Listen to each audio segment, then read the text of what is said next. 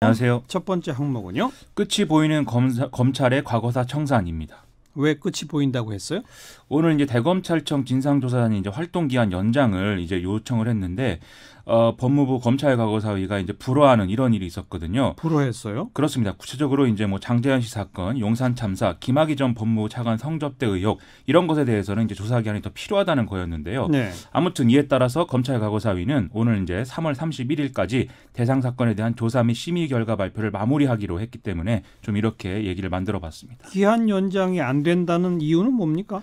이 과거사위하고 진상조사단이 활동을 시작한 것은 지난해 2월 초인데요. 원래는 그래서 같은 해 8월 달에 이제 활동을 끝내는 걸로 돼 있었습니다. 관련 규정을 보면은 과거사위의 활동 기간은 조사기구 활동 시작으로부터 6개월이고 필요한 경우에 위원회 의결을 거쳐서 3개월을 연장할 수 있도록 그렇게 돼 있었는데 진상조사단이 이게 조사가 잘 안 된다. 그래서 기한 연장이 필요하다. 이렇게 계속 요구를 해서 지난해 12월에는 아예 연장 횟수 제한을 없애는 방향으로 규정을 이제 개정한 바가 있거든요. 근데 이에 따라서 지금 4차례 기한을 연장한 바 있기 때문에 또다시 기한 연장을 결정하는 것은 어렵다라는 게 과거사위의 논리입니다. 그런데 3월 31일이라 봐야 얼마 안 남았잖아요. 그렇죠. 남은 기간 동안 의혹이 다 해소될까요? 그게 참 걱정인데요. 대표적으로 용산 참사의 경우에는 이제 당시에 검찰 수사팀에 있었던 현직인 검사들이 뭐 외압을 행사했다 이런 논란들이 또 불거지는 바람에 최근에 조사팀이 다시 새로 꾸려진 바 있거든요. 그랬잖아요. 그리고 한겨레 등의 어떤 보도들에 의하면 지난해 7, 8월 그리고 올해 2월 달에 3차례에 걸쳐서 진상조사단이 경찰청에 용산 참사 관련해서 내부의 당시의 조사 기록 이런 것들을 제출해달라 이렇게 요구를 했는데 경찰청이 이제 관련 규정들을 근거로 해서 개인정보라든지 이런 관련 내용들이 포함이 돼 있어서 외부의 기록을 공개할 수 없다. 그러면서 제출을 거부했다. 이렇게 드러났다는 것이죠. 네. 그래서 이런 정황들을 종합을 해보면 남은 기간 동안에 이런 의혹들을 다 해소할 수 있을 것이냐 좀 그 정도로 충분한 조사가 지금 이루어진 상태냐 좀 그렇게 보기는 어렵지 않나 이런 생각이 듭니다. 또 그 김학의 전 차관 건은 어때요?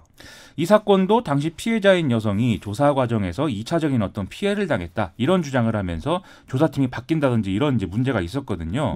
그래서 지난해 11월 이후에야 좀 본격적인 조사가 시작이 됐다. 이렇게 지금 얘기가 되고 있는데 최근에 진상조사단이 과거에 이제 경찰이 디지털 포렌식 등을 통해서 증거를 한 3만 건 이상 확보했음에도 검찰에 송치를 하지 않았다. 이렇게 밝혀서 이 시간에도 제가 전해드린 바 있습니다. 맞아요. 근데 이게 또 오히려 경찰과 검찰 간의 어떤 책임 떠넘기기 논란 이런 걸로 지금 번지는 상황이거든요.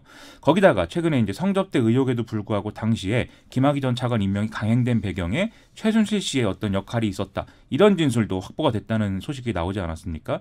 그래서 이런 여러 가지 새로 나온 어떤 의혹들이 있는데 남은 기간 동안 과연 이게 정리가 되겠느냐? 제가 볼 때는 좀 회의적인 상황인 것 같습니다. 또 장제현 씨 사건 관련해서는 오늘도 조사가 이루어졌다면서요?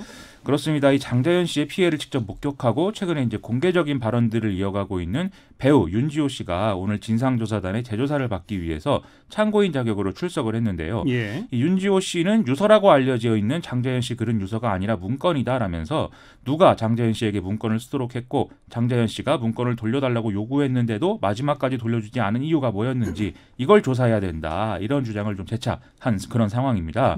남은 기간 동안이라도 최선을 다하는 게 중요하겠는데 좀 결과가 어떻게 나올지 좀 우려가 되는 그런 얘기를 할 수밖에 없는 것 같습니다. 그러니까 김민아 기자 보기에는 지금 용산 건도 김학의 전 차관 건도 장제현 씨 건도 3월 31일까지 끝내기는 어렵게 보인다는 얘기잖아요. 하지만 그냥 끝내야 한다는 거 아닙니까? 지금 상황은 그렇게 될 수밖에 없는 거여서 정말 이렇게 될 수밖에 없는 건지 한번 검찰이나 또 여러 가지 수사기관들이 나름대로 좀 추가적인 노력을 해야 되지 않나 이런 생각도 좀 듭니다. 시사회기 두 번째 항목은요? 강제 퇴거 절대 금지입니다. 무슨 말이에요? 오늘 시민단체들의 모임인 주거권 실현을 위한 한국 NGO 모임이 이제 기자회견을 열었는데요. 레일라니 파르아 UN 주거권 특별보고관이 지난해 5월 달에 열흘 동안 한국을 공식 방문하고 작성한 보고서 내용을 이제 공개를 했습니다.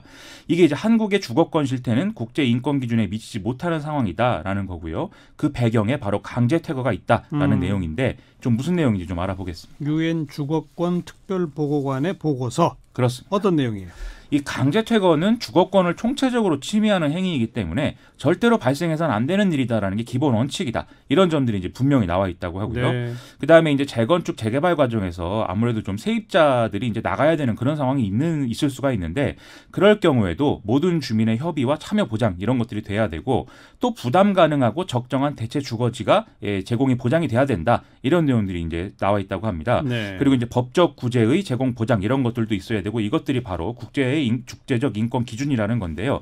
그리고 이런 이제 어떤 보장을 하는 주체는 국가가 돼야 된다라는 점들이 이 보고서에 나와 있다고 합니다. 또 강제 퇴거의 어떤 부작용들을 최소화하기 위해서 개발사업 계획 수립 이전 단계에서 이제 거주민 인권 손상 가능성에 대한 실사 등을 진행을 해서 어떤 파국적인 결과가 오는 것을 막아야 된다. 이런 지적도 보고서에 나온다고 합니다. 참 부끄럽네요. 그렇잖아도 이 강제 퇴거 계속 논란이었잖아요. 그렇습니다. 앞서 말씀드린 용산 참사의 경우에도 이제 강제 퇴거가 이제 문제였던 것이고요. 그러니까요. 이런 식으로 재개발 과정에서 세입자들에 대한 폭력을 동원한 강제 퇴거가 결국 파국적 결말로 이어지는 일이 종종 일어나고 있었죠. 얼마 전에 궁중족발이라든지 이런 문제도 이제 대표적 사례로 꼽을 수 있을 것이고요. 지난 1월에 용산 참사 10주기를 맞아서 국회에서 이제 어떻게 하면 이런 일을 막을 수 있을 것인가 토론회도 했는데 네. 강제 퇴거를 막기 위해서는 경비업법, 민사집행법, 집행관법, 행정대집행법 등이 다 바뀌어야 된다. 참 바뀔 게 많다. 이런 지적도 나와 있기 때문에 예. 이런 것들과 관련해서 좀 정치권과 언론의 추가적인 노력들이 좀 필요한 것 같습니다. 그리고 그 유엔 주교권 특별보고관의 보고서 또 다른 내용은 뭐가 있어요? 일단 이제 한국의 상대 빈곤선 이하 계층 중에 상당수가 주거급여를 받지 못하는 사각지대에 있다. 그렇기 때문에 이 주거급여의 수급 대상자를 중위소득의 50% 이하까지 확대해야 된다. 이런 지적이 나와 있고요. 예. 그리고 청년층이 거주하고 있는 민간 임대주택 등에 대해서 주거의 질이나 임대료 이런 부분들을 지금 정부가 충분히 규제를 하지 못하고 있기 때문에 지금 이제 임대차 제도가 이 청년층에게는 심각한 어떤 불리한 문제가 되고 있다. 이런 지적들이 나오고 있습니다. 네. 또 장애인의 경우에 어떤 장애인의 개인적 특성과 상황, 환경, 욕구 이런 것들에 따른 생활 지원 서비스 요건을 설계를 따로 하는 방식으로 좀 주거권을 보장해서 장애인이 어떤 시설이나 이런 데서 있는 게 아니라 좀 자립을 할 수 있는 여건을 만들어줘야 된다. 이런 내용도 이제 나와 있다고 하고요. 네. 그 밖에 성소수자나 이주 노동자 주거권에 관한 좀 심도 있는 내용도 이 보고서에 포함이 되어 있다고 합니다. 네. 사실 우리나라가 그 다른 나라에 비해서 의료보험이나 이런 제도는 뭐 조금 좀 그 공적인 부분이 앞서가 있다고 할 수 있는데 그렇습니다. 주거 문제에 있어서는 이게 공적인 역할이 너무 취약한 게 사실입니다. 맞습니다. 네. 그걸 유엔이 이번에 아주 따끔하게 지적을 한 거네요. 그렇습니다. 자, 여기까지 수고하셨어요. 고맙습니다. 김민아 기자였습니다.